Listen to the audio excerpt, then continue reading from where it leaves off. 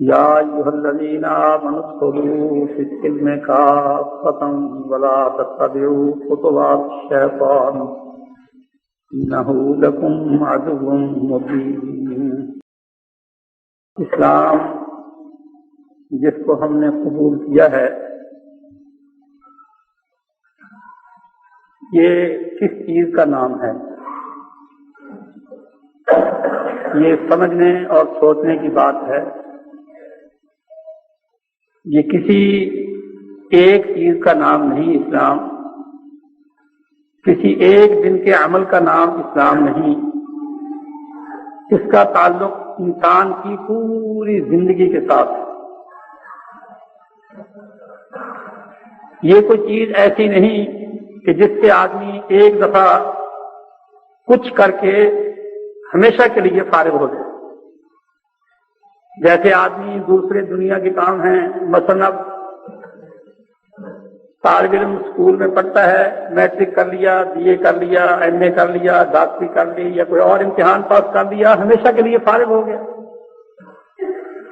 لیکن اسلام کوئی ایسی چیز نہیں کہ آدمی اس کو ایک دفعہ کر کے یا دو دفعہ کر کے بے فکر ہو جائے کہ اب مجھے بے فکری ہے، میں فارغ ہو گیا۔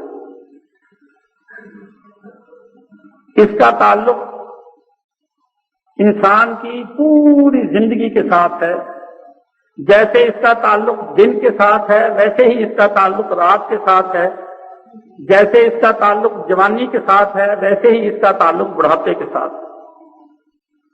جو اسلام کی طرف سے کسی وقت بھی غافل ہو گیا، بے فکر ہو گیا، سمجھو کہ وہ اسلام سے ہٹ گیا، وہ اسلام سے دور ہو گیا۔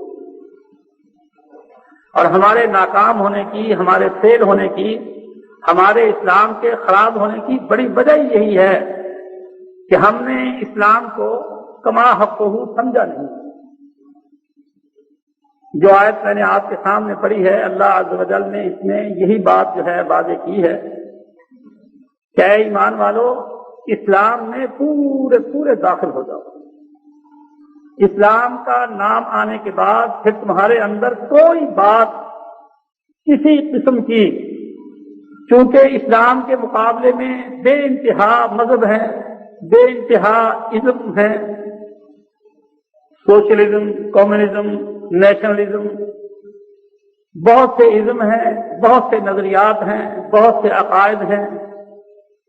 کسی قسم کا، کسی چیز کا ایک بال برابر بھی رنگ جو ہے نہ ہے۔ اسلام کسی دوسری چیز کو ذرا بھی برداشت نہیں کرتا۔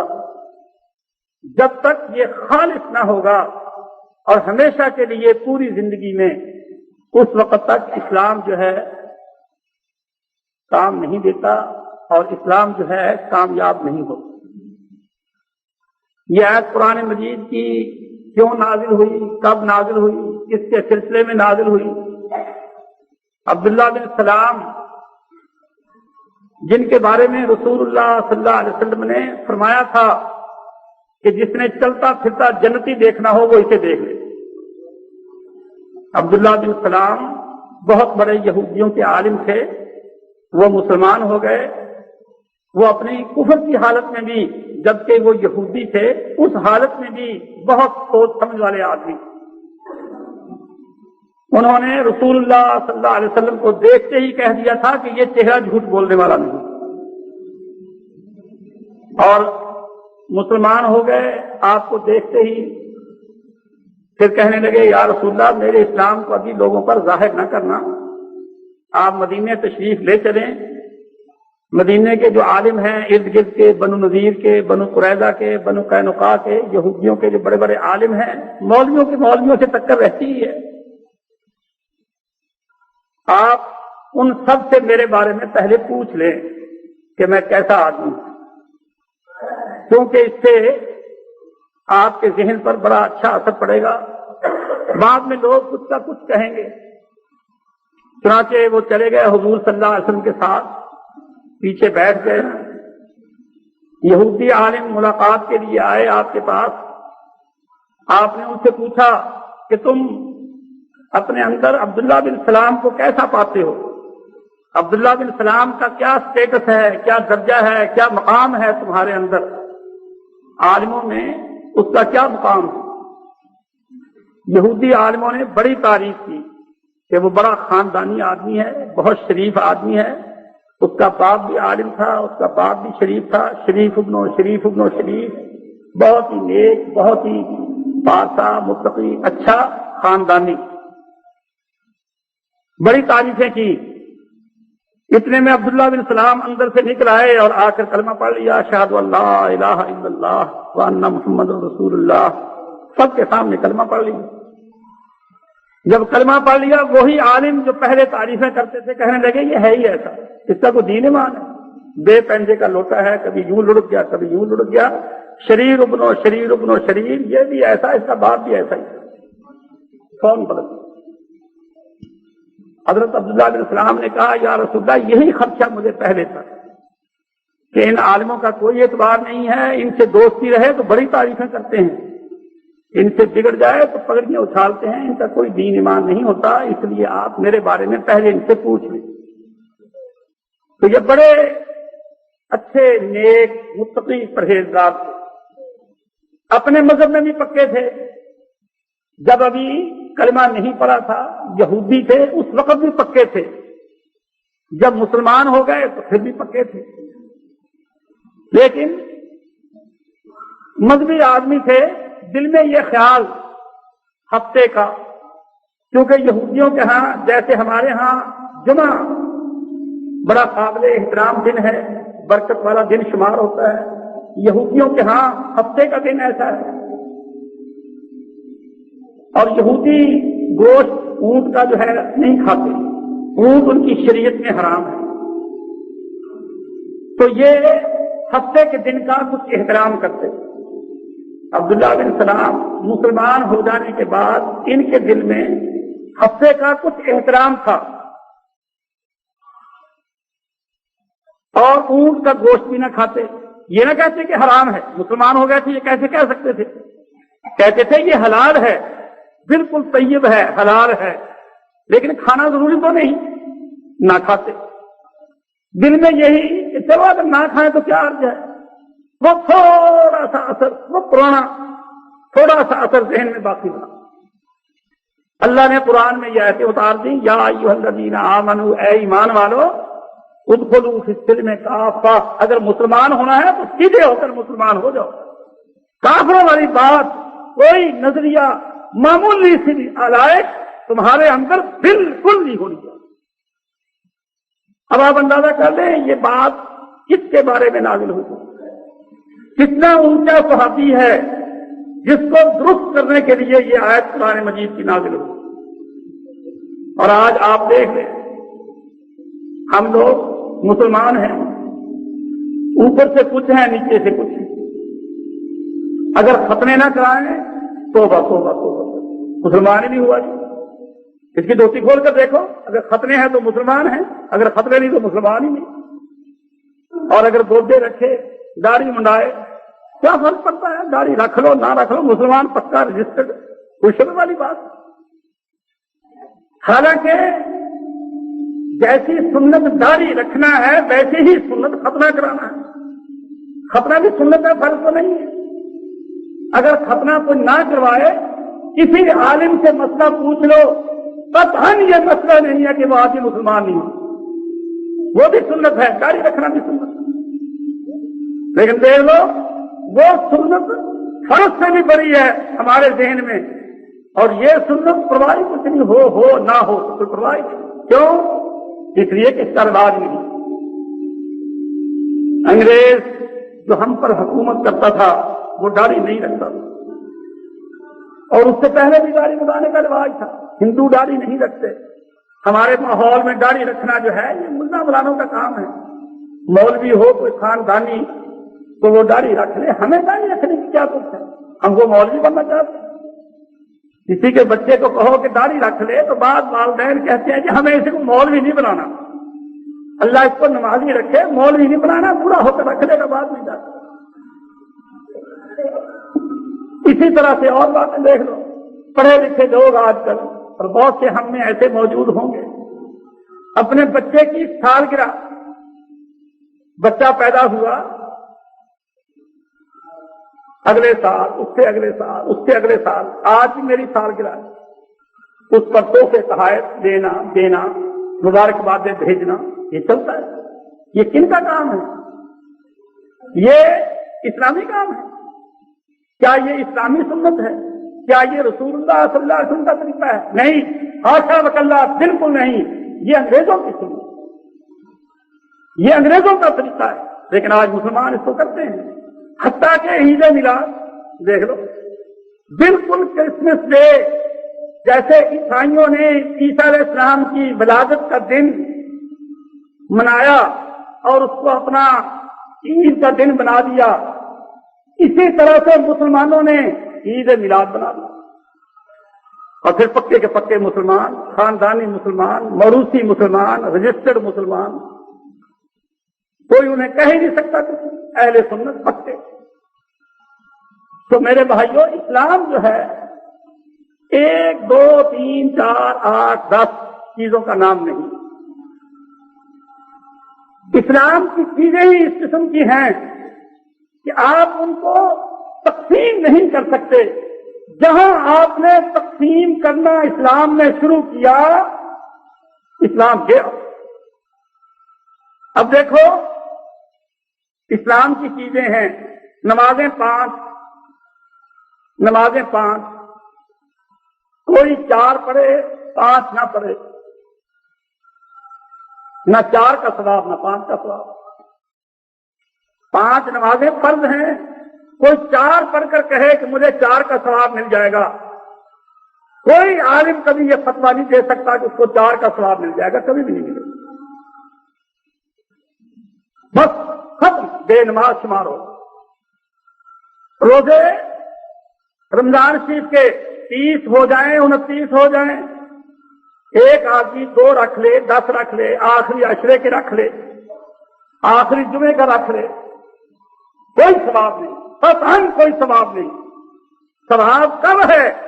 پورے رمضان کے روزے رکھے، الا یہ کہ وہ بیمار ہو، جو رخصت اسلام نے دی ہے اس کے تحت جب وہ تندرست ہو اس گنتی کو پورا کرے، رمضان شریف میں چھٹی کر لے بیماری کی وجہ سے، سفر کی وجہ سے، اور دنوں میں پھر اس کو پورا کرے۔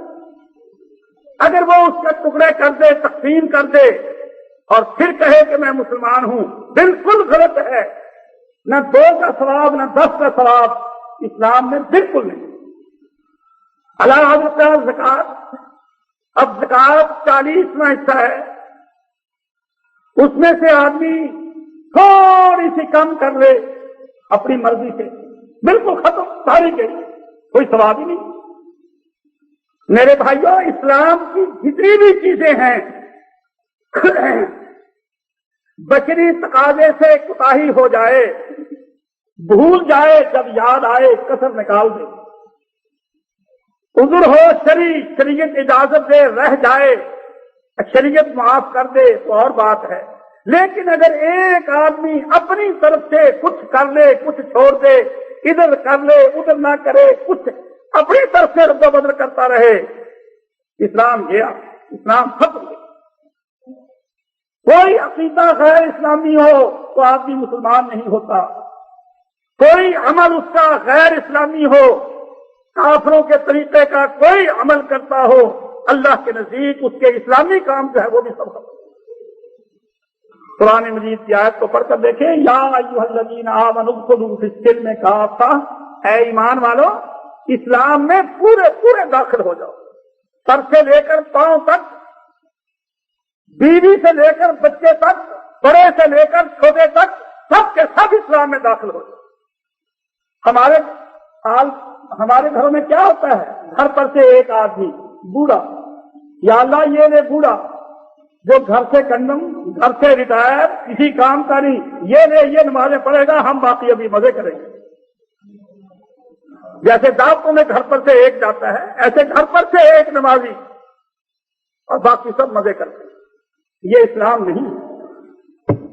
اسلام جو ہے، میں عرض کر رہا ہوں، خوب سمجھ لو، اگر کچھ چاہتے ہیں، اگر مسلمان ہونا چاہتے ہیں اور اللہ سے اپنا اسلامی رشتہ اس بنا پر کچھ لینا چاہتے ہیں اور دنیا میں کوئی ترقی چاہتے ہیں تو اسلام کو سیدھا کرو، پورا اسلام قبول کرو، اسلام کو قائم کرو، اسلام کو کما حقہ جو اس کے تقاضے ہیں اس کو پورا کرو۔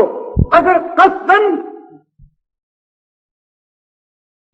اسلام کا کچھ حصہ بھی چھوڑ دیا یا اس کو خراب کر دیا، اسلام سارا برباد ہو۔ یہی اب دیکھ لیں نمازی کتنے ہیں، ہم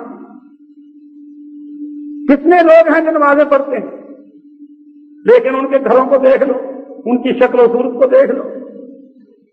اب میں نے دیکھا ہے ہم میں سے بہت سے آدمی ہیں جو نماز پڑھتے ہیں، رسمی پردہ کرتے ہیں، لیکن پردہ کس سے؟ غیر سے۔ ساڑے سے کوئی پردہ نہیں، دیور سے کوئی پردہ نہیں، جیٹ سے کوئی پردہ نہیں، اپنی برادری کے آدمی سے کوئی پردہ نہیں۔ اب سوچئے یہ پردہ ہے؟ کوئی پردہ نہیں۔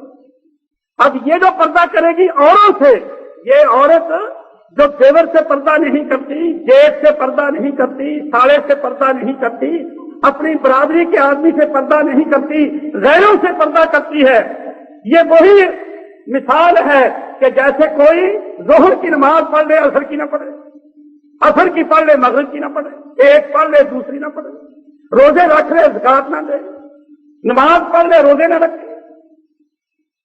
اسلام کس چیز کا نام ہے؟ اسلام اس چیز کا نام ہے کہ اگر مسلمان ہونا ہے تو پورے بالکل کمزوری ہو تو جہاں ہر جگہ ہو سکتی ہے۔ مثلا فرض کر لیجیے گا مکان چھوٹا ہے، 3 بھائی وہاں اکٹھے رہتے ہیں تو ٹھیک ہے، گھونگھٹ نکالے، عورت جو ہے گھونگھٹ نکالے، چہرے کا پردہ کرے، سامنے نہ ہو، غیر ضروری کوئی بات نہ کرے، اشد ضروری بات کرے، کوئی چیز لینا دینا ہو ضرورت کے تحت چیز پکڑائے اور سب المقدور پردہ کرے، بالکل اپنے زیور جیب کے ساتھ سفر نہ کرے۔ اور یہاں ہمارے ہاں کیا ہے، ایک بھائی دوسرے بھائی کی بیوی کو لینے جاتا ہے، چھوڑ کر آتا ہے، میں کہہ دیتا ہوں جا میری بیوی کو لے آ، وہ میری بیوی کو لے بھی گیا، چھوڑ دیا۔ کیوں؟ یہ ہے زیور سے پردہ۔ اور اللہ کے رسول سے کسی نے پوچھا کہ یا رسول اللہ زیور سے پردہ ہے؟ فرمایا الحم الموت، یہ تو موت ہے، موت ہے۔ باہر والے سے 100 پرہیز ہو سکتا ہے، باہر والے سے اتنا خطرہ نہیں ہے، اور جو زیور ہوگا اس سے خطرہ ہی کیا ہے؟ اس سے کوئی خطرہ نہیں، جو مرضی کرتا رہے اس پر پردہ پڑا رہے گا۔ بچہ ہو جائے تو اس کے سر لگے گا جو خامد ہے، اور خرابی ہوتی رہے اندر ہی اندر کام چلتا رہے گا۔ وہاں تو پردہ بہت ضروری ہے، لیکن ہم نے چونکہ ہندوؤں سے مسلمان ہوئے ہیں، اس لیے اس کی بالکل کوئی پرواہ نہیں۔ علی حد القیاس دوسرے معاملات میں میرے بھائیوں ہماری ناکامی کا بڑا سبب، میں اپنے دوستوں کو دیکھتا ہوں جو بڑے پرانے نمازی ہیں، بظاہر دیندار ہیں، ان کا حال کیا ہے؟ کوئی یہاں فیل، کوئی وہاں فیل، کوئی وہاں فیل، کوئی وہاں فیل، کوئی وہاں فیل، کوئی 2 چیزوں کا مسلمان، کوئی 3 چیزوں کا مسلمان، کوئی 4 چیزوں کا مسلمان۔ پورا مسلمان اپنی طرف سے پوری کوشش کر کے پورا مسلمان کوئی بننا چاہتا ہی، اور اگر آپ یہ نہیں چاہتے تو اللہ کو ایسے اسلام کی ضرورت بھی نہیں۔ آگے دیکھو خدا کیا کہتا ہے، یا ایھا الذین آمنوا ادخلوا فی السلم کافہ، اے ایمان والو اسلام میں پورے داخل ہو جاؤ، ولا تتبعوا خطوات الشیطان، جو کام تم نے اسلام کے خلاف کیا وہ قدم تمہارا شیطان کے پیچھے جائے گا، وہ محمد کے پیچھے نہیں جائے گا صلی اللہ علیہ وسلم۔ جو کام تمہارا اسلام کے خلاف ہوگا وہ قدم تمہارا محمد صلی اللہ علیہ وسلم کے پیچھے نہیں ہوگا، اور جو قدم محمد صلی اللہ علیہ وسلم کی پیروی میں نہیں اٹھا وہ شیطان کے پیچھے جائے گا. انہو لکم عدو مبین، شیطان بڑا دشمن ہے، اور جو قدم شیطان کی طرف جائے گا وہ سیدھا دوزخ میں جائے گا. اس لیے ہم اگر تجزیہ کریں ہماری ناکامی کا، ہماری ذلت کا، ہماری رسوائی کا کیا سبب ہے؟ یہی سبب ہے کہ ہم مسلمان نہیں. کوئی 1/2 مسلمان، کوئی 1/3 مسلمان، کوئی 1/4 مسلمان، کوئی 1/5 مسلمان، کوئی 1/6 مسلمان، کوئی کتنا مسلمان، کوئی کتنا مسلمان، کوئی کتنا مسلمان. اللہ میں دیکھتا ہوں باپ نمازی داڑھی رکھے ہوئے لڑکی کو قرآن پڑھا لیا، لڑکی قرآن بھی پڑھ گئی، لڑکی کو پڑھا رہا ہے، لڑکی کو BA کروا دیا. اب رشتہ تلاش کرے گا. کیسا رشتہ؟ کیسا بھی ہو، دیندار ضروری نہیں، باقی دنیا کی جو بھی بات ہو وہ قابل قبول. یعنی بے دین اس کو برداشت ہے، بے دین کو اپنی لڑکی دے دے گا، بے دین کو اپنی لڑکی دے دے گا. اس کی نماز کہاں گئی؟ اس کی دینی غیرت کہاں گئی؟ کیا کہیں گے اس کو جو اپنی لڑکی بے نماز کو دیتا ہے، جو اپنی لڑکی بے دین کو دیتا ہے، جو اپنی لڑکی بے پرد کو دیتا ہے، صرف یہ دیکھ کر کہ وہ پروفیسر ہے، وہ ڈاکٹر ہے، وہ سعودی عرب میں کاروبار کرتا ہے، ہزاروں لاکھوں میں کھیلتا ہے. آپ اسے کیا یہ کہیں گے کہ اللہ کے نزدیک یہ مسلمان ہے؟ اگر یہ مسلمان ہوتا تو اس کو اسلام پسند ہوتا. اس کو اسلام پسند نہیں، اس کو دولت پسند، اس کو دنیا کی عزت پسند ہے، اس کو دنیا کا اقتدار پسند ہے. یہ میرے بھائیوں پریکٹیکل چیزیں ہیں. یہ مولویوں کی باتیں برباد جو کیا ہے ہمیں مولویوں کے اس نظریے نے کیا ہے. ہر کلمہ وہ مسلمان ہے، ہر کلمہ وہ مسلمان. اللہ اکبر. پھر سوچتے ہیں کہ اگر ہر کلمہ وہ مسلمان ہے، میں کہتا ہوں ہر نمازی مسلمان نہیں. آپ تو کہتے ہیں کلمہ وہ مسلمان ہے، ہمارا طلبہ یہ بتاتا ہے کہ ہر نمازی مسلمان نہیں. جس کے دل میں دین کی غیرت نہیں، جس کے دل میں دین کی غیرت نہیں، وہ کچھ بھی نہیں. حدیث میں آتا ہے نا کہ ایمان کے 3 درجے ہیں، اور یہ حدیث بالکل پیٹنٹ اعلیٰ درجے کی، اعلیٰ درجے کی. اول درجہ کیا ہے کہ برائی کو اپنی طاقت سے روکے. اگر وہ اپنے اندر اتنی طاقت نہیں پاتا تو زبان سے روکے، سمجھائے ان کو. لیکن اگر وہ اس سے بھی ڈرتا ہے کہ اگر میں بول پڑا، میں نے ان کو زبان سے منع کیا، یہ مجھے ماریں گے، وہ یہ نہیں کر سکتا، تو تیسرا درجہ، پہلا درجہ نمبر 1 ہاتھ سے روکے، طاقت سے روکے. اگر طاقت سے نہیں روک سکتا زبان سے روکے. اگر زبان سے نہیں روک سکتا دل سے برا جانے، نفرت کرے، دور رہے، بائیکاٹ کرے، ایک طرف ان سے رہے. وذالک اضعف الایمان، اور یہ 3rd کلاس ایمان ہے. وذالک اضعف الایمان، یہ 3rd کلاس ایمان ہے، ایمان کا سب سے گھٹیا درجہ ہے. اور اس کے بعد ایک رائی کے دانے کے برابر بھی ایمان نہیں. اگر یہ بات بھی نہیں کسی نے کہ وہ برائی سے نفرت کرتا ہے، تو سمجھو تو اس کے اندر رائی کے دانے کے برابر بھی ایمان نہیں. اور اس کا پتہ کیسے لگتا ہے؟ رشتے پر، کہ لڑکی کس کو دیتا ہے.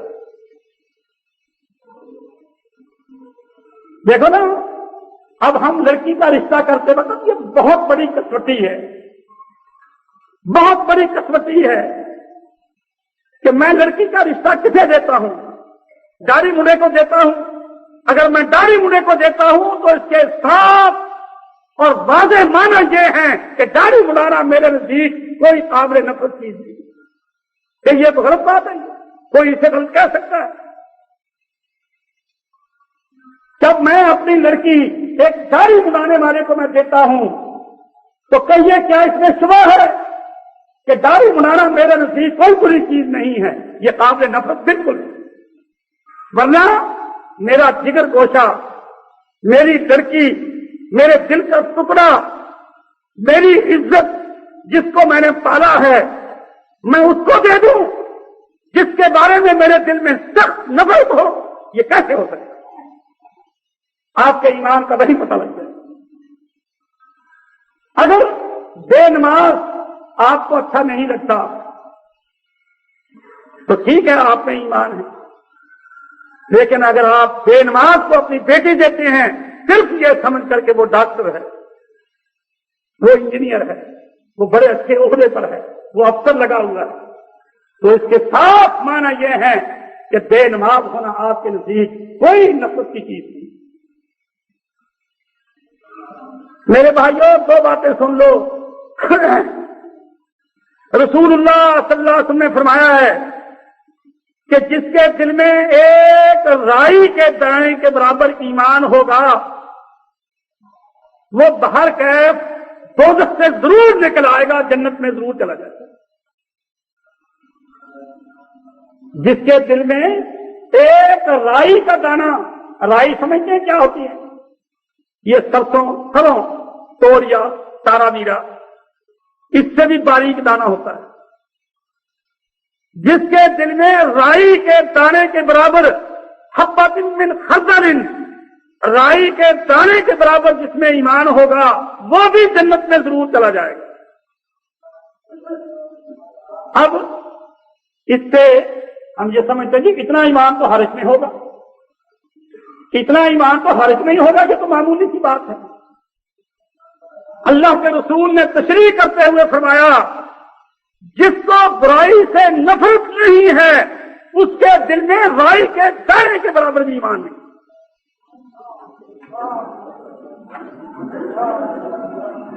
جس کے دل میں نفرت نہیں برائی سے، داڑھی منڈانا ہے، نماز نہ پڑھنا، سگریٹ پینا، سنیما دیکھنا، سود خوری، شراب خوری، حرام خوری اور برائی کے کام، برائی سے جس کے دل میں نفرت نہیں ہے، اور اس کا پتہ کیسے لگتا ہے؟ لڑکی کے رشتے سے۔ مثال کنکریٹ خاص مثال، لڑکی کے رشتے سے فوراً پتہ لگ جاتا ہے۔ جب آپ اپنی لڑکی دینے کے لیے، یہ معیار ہے، یہ ٹچ سٹون ہے، یہ کسوٹی ہے، جب آپ اپنی لڑکی دینے کے لیے تیار ہیں اس کو، تو اس کے معنی یہ ہے کہ آپ کے دل میں کوئی قابل نفرت چیز نہیں ہے۔ اور اگر برائی کی نفرت آپ کے دل میں نہیں ہے، روکنا تو درکنار، ہاتھ سے یا زبان سے، تو پھر آپ کے دل میں رائی کے دانے کے برابر بھی ایمان نہیں۔ یہ اللہ کے رسول کی حدیث ہے۔ اور اس کے مقابلے میں اور بات سن لیں، جس کے دل میں رائی کے دانے کے برابر ایمان ہوگا وہ ضرور جنت میں جائے گا، اور جس کے دل میں رائی کے دانے کے برابر تکبر ہوگا، اور یہ ہے حق کا انکار اور لوگوں کو ہلکا جانا، یہ تکبر۔ یہ پتہ لگ جائے کہ یہ حق ہے، یہ مسئلہ صحیح ہے، یہ بات صحیح ہے، یہ دین کھڑا ہے، یہ فرمان اللہ کے رسول کا ہے، پھر اس کو نہ ماننا کسی وجہ سے، یہ تکبر۔ اور لوگوں کو حقیر جاننا، اور ہم لوگ اندازہ نہیں کرتے۔ میرے بھائیوں، اپنا تجزیہ کرتے رہا کرو۔ میں بہت دیکھتا ہوں دفتروں میں، اللہ اکبر، چپڑاسی ہوتا ہے، اگر کلرک یہ دیکھ لے کہ چپڑاسی آ کر میری کرسی پہ بیٹھ گیا ہے تو کلرک کبھی برداشت نہیں کرتا کہ چپڑاسی میری کرسی پہ بیٹھ گیا ہے۔ کیسی بدتمیزی!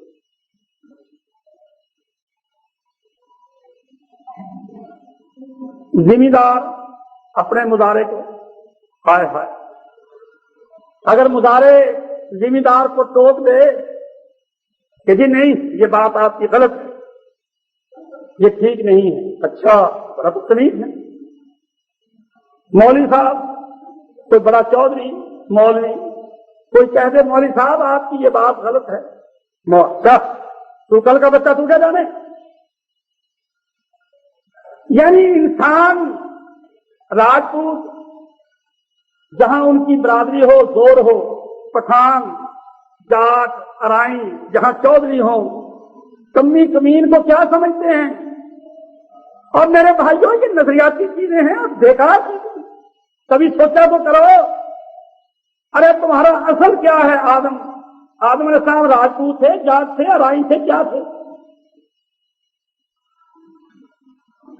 فخر کرنے والوں, اپنی قومیت پر فخر کرنے والوں, تم آدم کی اولاد ہو یا نہیں. آدم کون تھا؟ راجپوت تھا, جاٹ تھا, ارائیں تھا, پٹھان تھا, کیا تھا؟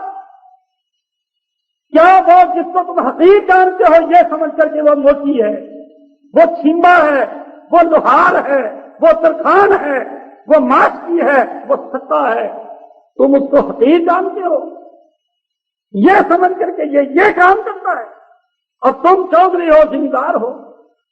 فرمایا لوگوں کو حقیر جاننا اور حق کا انکار کرنا یہ تکبر ہے. جس کے دل میں یہ رائی کے برابر بھی ہوگا وہ جنت میں نہیں جائے. اب نمازیوں فکر کر لو, حاجیوں فکر کر لو, سوچ لو, ہم برباد نہیں ہو گئے. اس قومیت میں, اس ہندو تہذیب نے, اس ہندو تمدن نے ہمارے ذہنوں کو بالکل پلیوٹڈ نہیں کر دیا, پلیت نہیں کر دیا. ہم سارے کے سارے برباد نہیں ہو گئے. اللہ اکبر. جو مسلمان ہوگا اس کے دل میں یہ کوئی تکلفات نہیں. آج جہاں دیکھ لو جنگ ہے, فساد ہے, تو اس بات پر کہ ہماری قوم, ہماری قوم, ہماری قوم. اور کوئی اس سے پوچھے کہ تو کس کا بچہ ہے, آدم علیہ السلام کا تو بچہ نہیں ہے. تیری قوم, تیری قوم, تیری قوم, کیا قوم. اور اللہ کے رسول نے, میں عرض کروں, حدیث اٹھا لو مشکوٰۃ شریف, فرمایا جو اپنی قوم پر فخر کرتا ہے اس کو کہو, دیکھو کیسی آپ نے ننگی بات کہی ہے, اس کو کہو کہ اپنے باپ کی شرمگاہ کو منہ میں لے لے. وہ اسی کی پیداوار ہے نا, اسی پر وہ فخر کرتا ہے, اس کو اس پر ناز ہے. یعنی کیسی ننگی بات آپ نے کہی. فرمایا کنایا نہ کرو, یہ بھی آپ نے فرمایا کنایا نہ کرو, کھلی بات کہو, ننگی بات کہو کہ تو اپنے باپ کے شرمگاہ پر جا کر چک مار, اس کو منہ میں لے لے جا. تو بڑا بچہ ہے, کیا تیری حقیقت. اب دیکھ لو ہم برباد ہو رہے ہیں. تو ان دونوں باتوں کو یاد رکھو, یہ معیار ہیں اپنے ایمان کے جانچنے کے, اپنا تجزیہ کرنے کے, کہ اگر رائی کے دانے کے برابر ایمان ہوگا تو ضرور جنت میں جائے گا. اور اس کا پتہ کیسے لگے گا کہ وہ برائی کو برداشت نہیں کرتا.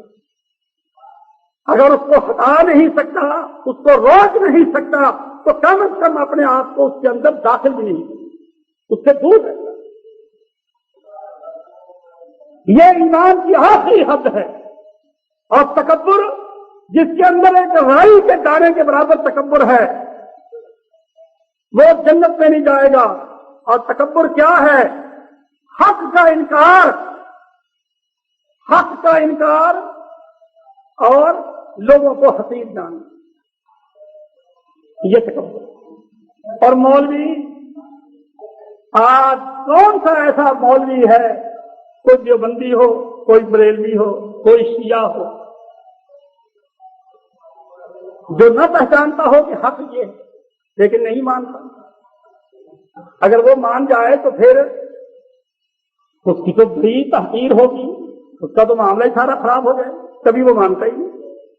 یہ حسد, یہ تکبر ہے جو اس کو نہیں ماننے دیتا. اور اسی لیے کہتے ہیں کہ دنیا میں 3 بڑے محرک ہیں جو انسان سے گناہ کراتے ہیں. اور سب سے پہلا گناہ کس نے کروایا؟ سب سے پہلا گناہ کا محرک جو ہے یہ تکبر، شیطان نے سب سے پہلا گناہ کیا۔ شیطان سب سے پہلا گناہگار ہے، سب سے پہلا گناہ شیطان نے کیا اور اس کا محرک یہی تکبر۔ اللہ نے کہا اس آدم کو جو مٹی سے بنا ہے سجدہ کر۔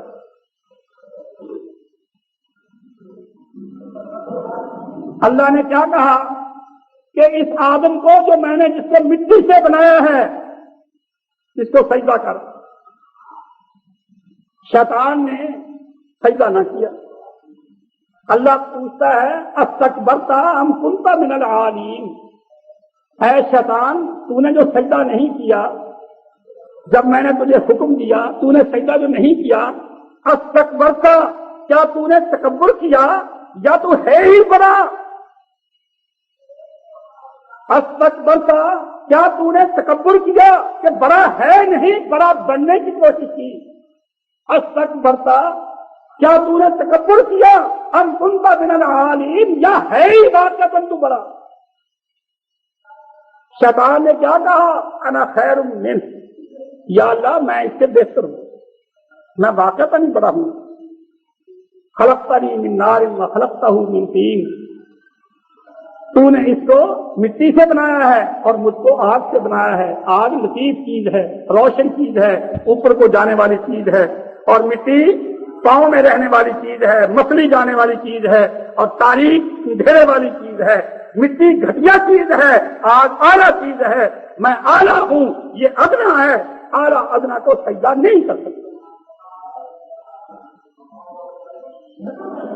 اس چکر میں شیطان نے سجدہ نہ کیا۔ اب اللہ تعالیٰ شیطان کو پھٹکارتے ہیں، دھتکارتے ہیں، اور چار شیٹ کرتے ہوئے فرمایا فما یکون لک ان تتکبر فیہا، اے شیطان غلطی آدم نے بھی کی، میں نے کہا تھا کہ اس درخت کے قریب نہ جانا، اس کا پھل نہ کھانا، اس نے کھا لیا۔ عصا آدم ربہ، یہ قرآن کے لفظ ہیں، عصا آدم ربہ، آدم نے اپنے رب کی نافرمانی کی، فغوا، گمراہ ہو گیا، بھٹک گیا، اور غلطی شیطان نے بھی کی کہ اللہ نے کہا سجدہ کر، سجدہ نہیں، لیکن تو تکبر کی وجہ سے مارا گیا اور وہ جھکنے کی وجہ سے بچ گیا، وہ جھک گیا۔ ربنا ظلمنا انفسنا، یا اللہ غلطی ہو، یا اللہ مجھ سے غلطی ہو گئی، وَإِن لَّمْ تَغْفِرْ لَنَا وَتَرْحَمْنَا لَنَكُونَنَّ مِنَ الْخَاسِرِينَ، اگر تو نے بخش نہ دیا تو میرا کوئی ٹھکانہ نہیں، برائی کوئی نہیں، یا اللہ مجھ سے غلطی ہو۔ اور شیطان تکبر میں رہا کہ میں اعلیٰ، میں بڑا، میں اونچا، اور یہ پہلا گناہ کس چیز سے ہوا؟ اس تکبر سے۔ اور دوسرا گناہ کس سے ہوا؟ حرص، لالچ۔ آدم علیہ السلام جنت میں اللہ نے داخل کر دیا اور کہا کہ اے آدم اسکن انت وزوجک الجنۃ، تو بھی تیری بیوی بھی دونوں جنت میں رہو، وکلا منہا رغدن حیث شئتما، جہاں تمہاری مرضی کھاؤ پیو، کھلی چھٹی ہے، کوئی پابندی نہیں، پوری آزادی ہے، صرف ایک درخت کی پابندی ہے، بلا تقربا هذه الشجرۃ، اس درخت کے قریب نہ جانا، فتکونا من الظالمین، اپنا ستیہ ناش کر بیٹھے، یہ کام نہ کر۔ لیکن ہرس نہ کرے، وہی کھا لی، حالانکہ اتنا کچھ تھا، اتنا کچھ تھا، اتنا کچھ تھا کہ وکلا منہا رغدن حیث شئتما، جہاں سے مرضی کھاؤ پیو، جہاں مرضی پھرو سیر کرو، کھلی چھٹی، کھلی آزادی۔ لیکن یہ ایک چیز ہے، اس کے قریب نہیں جانا۔ لیکن اے ہرس، تیرا ستیہ ناش ہو، اس ہرس نے آدم علیہ السلام کو بہکایا، آدم علیہ السلام غلطی کر بیٹھے، ہرس کر لی، وہی درخت جو تھا اس کا پھل کھا لیا۔ نتیجہ کیا نکلا؟ نتیجہ یہ نکلا کہ منٹ نہیں لگی، جنت کے کپڑے سب سے پہلے اترے، ننگے ہو گئے، جنت سے نکال دیے گئے،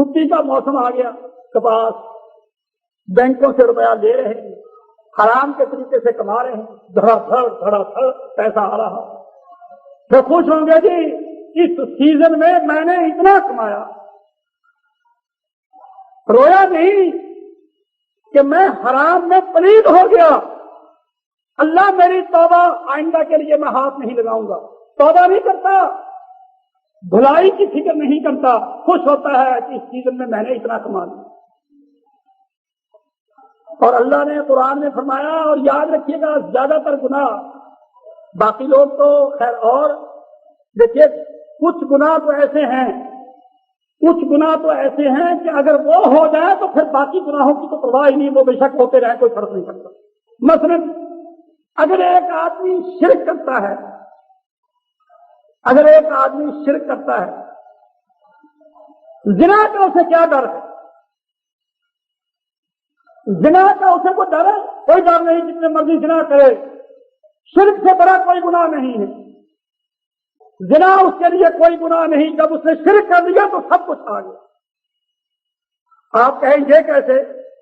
کبھی جیل میں چلے جائیں حالات کا جائزہ لینے کے لیے، آدمی کو دنیا میں غور کرنا چاہیے، خونی ہو، قیدی خونی ہو اور اس کو پھانسی کے کٹہرے میں ہو، وہ وہاں کسی سپاہی کو پیٹ دے، وہاں وہ کسی اور کو مار دے، اسے کوئی ڈر نہیں ہوتا، کیا مجھے کیا ڈر ہے؟ پھانسی ہوگی، وہ تو ہونی پھانسی سے بڑی کیا سزا ہے؟ اور وہ ہے پہلے سے ہی، میں مجرم تو پہلے سے ہی ہوں، سزا تو جو مجھے ملنی ہے وہ ملنی ہے، اب ان چھوٹے موٹے گناہوں کا کیا ہے؟ کوئی گناہ، کوئی ڈر نہیں۔ تو شرک ایسا گناہ ہے کہ جو شرک کرتا ہے 11ویں کھا لے، مزاروں پر جائے، پیروں کے گھٹنوں کو ہاتھ لگائے اور اسی طرح کی اور تباہتیں کرے، شرک کرے، اس کے لیے زنا کوئی گناہ نہیں، چوری کوئی گناہ نہیں، ٹھگی کوئی گناہ نہیں، یہ تو گناہ اس کے مقابلے میں کچھ بھی نہیں۔ میں اہل حدیثوں سے بات کرتا ہوں جو بڑے خوش ہوتے ہیں کہ جی میں مولوی صاحب نہ 11ویں دیتا ہوں، نہ اللہ کے سوا کسی اور کو پکارتا ہوں، میں گناہوں سے بہت بچتا ہوں، غیر اللہ کو سجدہ میں نے کبھی نہیں کیا، کبھی کسی پیر فقیر کے آگے میں نہیں جھکا، یہ وہ سارے کے سارے۔ ان کے لیے گناہ کیا ہیں؟ ان کا حال سن لیں، قرآن بیان کرتا ہے، اللہ کہتا ہے سورہ طٰہٰ، کلوا من طیبات ما رزقناکم، کھاؤ جو میں نے تمہیں اعلیٰ چیزیں، پاک چیزیں دی ہیں، کھاؤ، ولا تطغوا فیہ، زیادتی نہ کرنا، ولا تطغوا فیہ، زیادتی نہ کرنا، فیحل علیکم غضبی، اگر تم نے کھانے پینے کے معاملے میں کہ حرام سے پرہیز نہیں کیا یا کھا کر خدا کا شکریہ ادا نہیں کیا، خدا کی نافرمانی کرتے رہے، تو کیا ہوگا؟ فیحل علیکم غضبی، تم پر میرا غضب اترے گا، ومن یحلل علیہ غضبی، اور جس پر میرا غضب اترا فقد ہوا، وہ سمجھو کہ چھت پر سے نیچے گرے۔ اے اہل حدیثوں، مرے ہو تو تم اس سے مرے، دلیل ہے، کوئی نماز پڑھے تو کچھ نہیں، نہ پڑھ لے تو کچھ نہیں۔ میں کسی مزار پر جاتا ہی نہیں مولوی صاحب، میں تو کبھی کسی مزار پر نہیں گیا، میں تو مزار پر نہیں جاتا تو اور تو دیکھو نا، یہ قرآن کی بات، اور یہ اللہ تعالیٰ ان سے کہہ رہے ہیں جو موسیٰ علیہ السلام کے ساتھی بنی اسرائیل ہیں، کلوا من طیبات ما رزقناکم، پاک چیزیں کھاؤ جو ہم نے تمہیں دی ہیں، ولا تطغوا فیہ، اس میں زیادتی نہ کرنا کہ حرام طریقے سے کماؤ۔ اب ٹھیک ہے، چھٹی کا موسم ہے، کپاس کا موسم ہے، خریدو بیچو کماؤ کھاؤ، لیکن سود کا پیسہ لے کر یہ زیادتی ہے، یہ سرکشی ہے۔ اگر یہ کرو گے فیحل علیکم غضبی، تم بے شک اپنے آپ کو اہل حدیث کہو، تم پر میرا غضب نازل ہو، ومن یحلل علیہ غضبی، اور جس قوم پر، جس آدمی پر میرا غضب نازل ہوا فقد ہوا، وہ اونچائی سے نیچے گرے۔ اور اگر کبھی تمہیں خیال ہو جائے اپنی اصلاح کا تو پھر کیا طریقہ ہے؟ فإنی لغفار، میں بخشنے والا ہوں، میری طرف رخ کرو۔ وَإِنِّي لَغَفَّارٌ، میں بخشنے والا ہوں، لیکن کس کو؟ لمن تاب، جو یہ عہد کرے کہ یا اللہ آئندہ میں یہ کام کبھی نہیں کروں۔ وَإِنِّي لَغَفَّارٌ لمن تاب وآمن، پھر ایمان۔ میرے بھائیوں، جو حرام کماتا ہے، حرام کھاتا ہے، سمجھو تو اس کا ایمان بھی برباد ہو جائے۔ وَإِنِّي لَغَفَّارٌ، میں بخشنے والا ہوں، کن کے لیے؟ لمن تاب، جو توبہ کرے، وآمن، اور ایمان لائے، پھر آئندہ کے لیے وعمل صالحا، پھر ٹھیک کام کرے، نیک عمل کرے، ثم اہتدی، آئندہ کے لیے ہدایت پر پکا۔ یہ اللہ کا فرمان۔ اور ہمارا حال دیکھ لو، میں اس بات سے بڑا حیران ہوتا ہوں کہ ہم گناہ کو دیکھتے ہیں اور گناہ ہوتا ہے، صحابہ سے گناہ ہوئے، بڑے بڑے لوگوں سے گناہ ہوئے، لیکن ہم میں اور ان میں کیا فرق ہے؟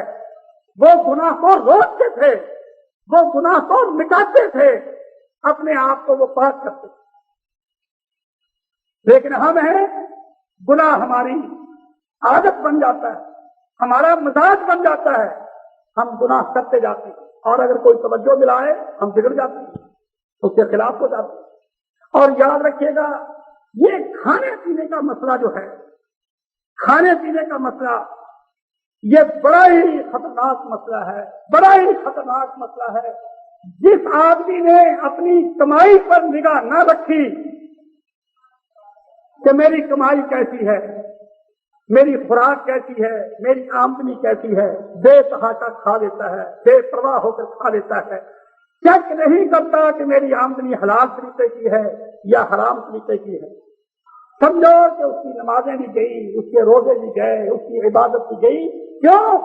جو خون، جو گوشت، جو جسم حرام کے مال سے پلتا ہے، اللہ اس کی نہ دعا قبول کرتا ہے نہ عبادت قبول کرتا ہے۔ حدیث میں آتا ہے سفر میں بڑی دعا قبول ہوتی ہے، سفر میں بڑی دعا قبول ہوتی ہے، لیکن اگر ایک آدمی سفر میں دعا کرتا ہے، بڑا گندا، پریشان، بال بکھرے ہوئے، کپڑے مٹی سے بھرے ہوئے، بری حالت میں ہے، اور کہتا ہے یا رب یا رب یا رب، یا اللہ یا اللہ یا اللہ، اللہ کہتا ہے کیا کہتا ہے؟ تو کیا کہتا ہے؟ تیرا کھانا حرام، تیرا پینا حرام، تیرا لباس حرام کا، اللہ یستجاب لک، میں دعا تیری کیسے سن لوں؟ میرے بھائیوں، یہ باتیں، یہ بات کن کے لیے ہے؟ جو چاہتے ہیں کہ ہم مسلمان ہو جائیں، اور جو چاہتے ہیں کہ ہم تو مسلمان اسی دن کے ہیں جس دن کے ختمے ہو گئے تھے، وہ تو پھر بے فکر ہیں، مزے میں ہیں، ان کو تو کسی فکر کی ضرورت ہی نہیں ہے۔ لیکن خوب سمجھ لو، اسلام کا تعلق ایک دن سے نہیں، ایک رات سے نہیں، جوانی سے نہیں، بڑھاپے سے نہیں، اسلام کا تعلق موت تک۔ بعض آدمی گناہ کرتے رہتے ہیں، ان کو ٹھوکر لگ جاتی ہے، وہ بڑھاپے میں جا کر اللہ ان کو ہدایت دے دیتا ہے، وہ اس وقت مسلمان ہوتے ہیں۔ بعض آدمی پہلے نمازیں بھی پڑھتے رہتے ہیں، بظاہر سب کچھ ٹھیک ٹھاک کرتے رہتے ہیں، لیکن آخر میں آ کر بڑھاپے میں جو بڑی بیماری لگتی ہے، حوث، پھر پیسہ کمانا، جائیداد بنانا، اس میں لگ جاتے ہیں۔ بس جو ہی اس میں لگ گیا تو آدمی دین سے دور ہو گیا، اللہ بھول گیا اور وہ بالکل برباد ہو گیا۔ اور یاد رکھیے گا، یہ بات کنجے کے طور پر ذہن نشین رکھیں۔ مجھے بعض اپنے دوستوں سے بہت ہی ان کی حالت کو دیکھ کر افسوس ہوتا ہے، اور یہ ہماری عام فطرت ہے مسلمانوں کی۔ مسلمان غریب ہو تو ٹھیک رہتا ہے، مسلمان ذرا 4 پیسے آ جائیں، کوئی اچھا عہدہ مل جائے، پھر وہ بگڑ جاتا ہے۔ اس لیے اس طرف توجہ بالکل نہ کیا کریں، یہ لالچ بالکل نہ کریں۔ اللہ زبردستی دے تو اس کی مرضی، لیکن آپ جیسا کہ لوگ الیکشنوں میں لڑ کر مر جاتے ہیں، خواہ مجھے یہ مل جائے، خواہ مجھے اور آگے ہو جاؤں، خواہ میں اور آگے ہو جاؤں، خواہ میں اور آگے ہو جاؤں، وہ میرے بھائیوں وہ آپ کے سامنے ہے کہ کیا حال ہوتا ہے دنیا کمانے کا. وہ سالبہ کا واقعہ آپ نے سنا ہے نا کہ اس نے کہا یا رسول اللہ اگر کہ لوگ بعض نام میں اختلاف کرتے ہیں کہ سالبہ نہیں سب اور بارکیف کوئی بھی تھا. کہنے لگا یا رسول اللہ میرے لیے دعا کریں کہ میرے پاس مال ہو میں اور اللہ کی راہ میں خوب خرچ کروں.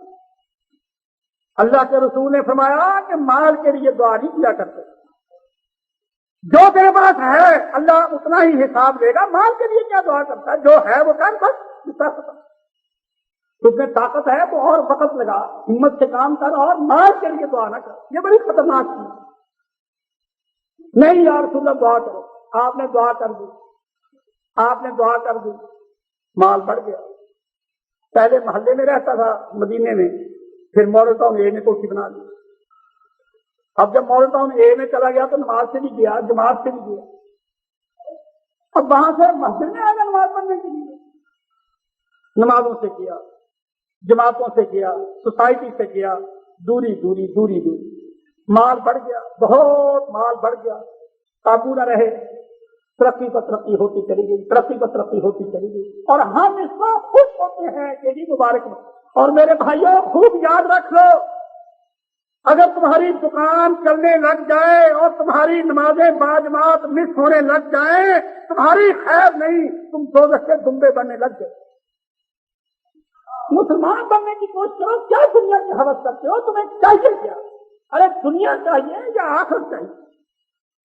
یہ دنیا جو ہے آخرت کمانے کے لیے ہے. یہ دنیا دنیا کے لیے نہیں. یہ دنیا آخرت کے لیے.